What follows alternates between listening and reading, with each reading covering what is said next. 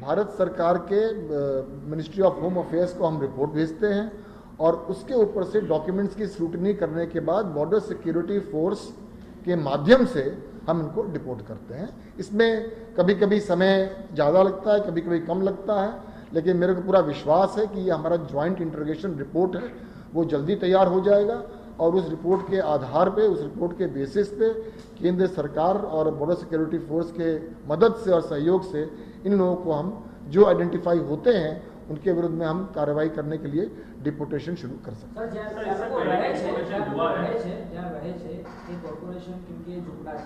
Corporation સાથે અથવા તો સુરતમાં એ લોકો જ્યાં રહે છે તો સ્થાનિક લોકલ બોડી સાથે ઓથોરિટી સાથે મળીને એમનું કોઈ પ્રમાણ જ્યાં રહે છે એ સંદર્ભમાં કામગીરી કરવાની પ્લાન કરો।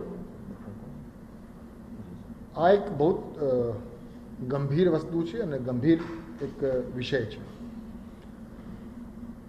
અને આ વિષયમાં સોલ્યુશન લાવવા માટે સ્થાનિક પોલીસ એકલી જ કામ કરે तो कदाच આપણે જે ધારીએ છીએ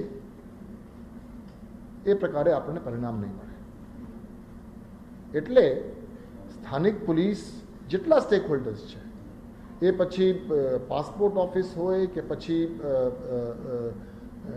बिजली જે લોકો આપતા હોય એ લોકોની બાબત હોય, કોર્પોરેશન હોય, એ તમામને સાથે રાખીને એક હોલ ઓફ ગવર્મેન્ટ અપ્રોચ, હું એમ માનું છું કે કોઈ પણ પ્રોબ્લેમને આપણે ફક્ત એક પોલીસ પ્રોબ્લેમ તરીકે જે જોવા જઈએ તો કદાચ આપણને જે પરિણામ મળશે, જે સફળતા મળશે એ કદાચ આંશિક મળશે, પણ તમામ સ્ટેક હોલ્ડર્સને સાથે રાખીને એ પછી કેન્દ્ર સરકારની સંસ્થાઓ હોય કે રાજ્ય સરકારની સંસ્થાઓ, બધાને સાથે રાખીને ખૂબ ગંભીરતાપૂર્વક આ વિષય આપણે લઈએ છીએ અને એમાં ખૂબ કડક કાર્યવાહી કરવામાં આવશે અને કડક કાર્યવાહી કરવા માટે જે કંઈ સંસ્થાઓ સાથે સંકલન સંબંધની જરૂર છે એ તમામને સાથે રાખીને ભવિષ્યમાં આપણે હજી પણ સારા પરિણામો જોવા મળશે એ હું આપને ખાતરી આપું છું। Thank you very much. પકડાયેલા જે બાંગ્લાદેશીઓ છે આ શું એક્ટિવિટી કરતા હતા અને બીજી વસ્તુ કોઈ દેશ વિરોધી એક્ટિવિટીઝ એવું કંઈ સામે આવ્યું છે પકડાયેલા આતંકવાદીઓમાં? મેં આપને વાત કરી કે આ રેડ હમણાં જ પૂરી થઈ છે અને રેડ પૂરી થયા પછી अलग अलग એકમોમાં એ પ્રકારની કામગીરી થાય એના માટે એક વિડીયો કોન્ફરન્સ રાખવામાં આવી છે। આપણી અલગ અલગ ટીમ્સ બનાવવામાં આવી છે અને એ ટીમ્સના માધ્યમથી અત્યારે ઇન્ટ્રોગેશન થઈ રહી છે, એટલે ઇન્ટ્રોગેશનમાં જે કંઈ નીકળશે એ બાબતે આપણે ચોક્કસ પછી ભવિષ્યમાં જાણ કરવામાં આવશે।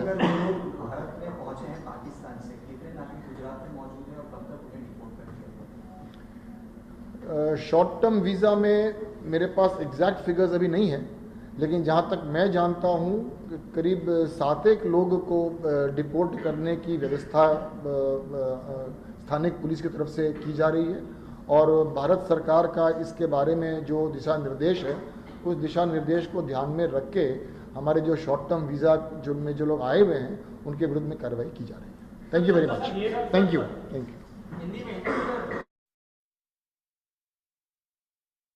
કે અત્યાર સુધી પોલીસ દ્વારા શું કાર્યવાહી કરવામાં આવી છે તેની તમામ વિગતો આપી છે।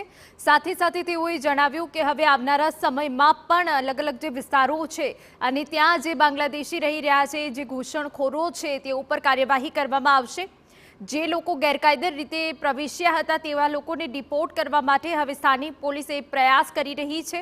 સ્થાનિક પોલીસ દ્વારા તમામ તૈયારીઓ કરી લેવામાં આવી છે તેવું ડીજીપી અહીંયા જણાવી રહ્યા છે।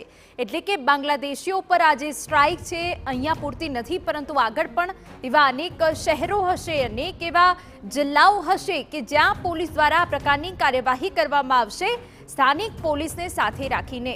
તો આપને જણાવી દઈએ કે મોડી રાતથી અત્યાર સુધી અમદાવાદ અને સુરતમાં અનેક જે બાંગ્લાદેશી છે તેમના ઉપર કાર્યવાહી કરાઈ છે।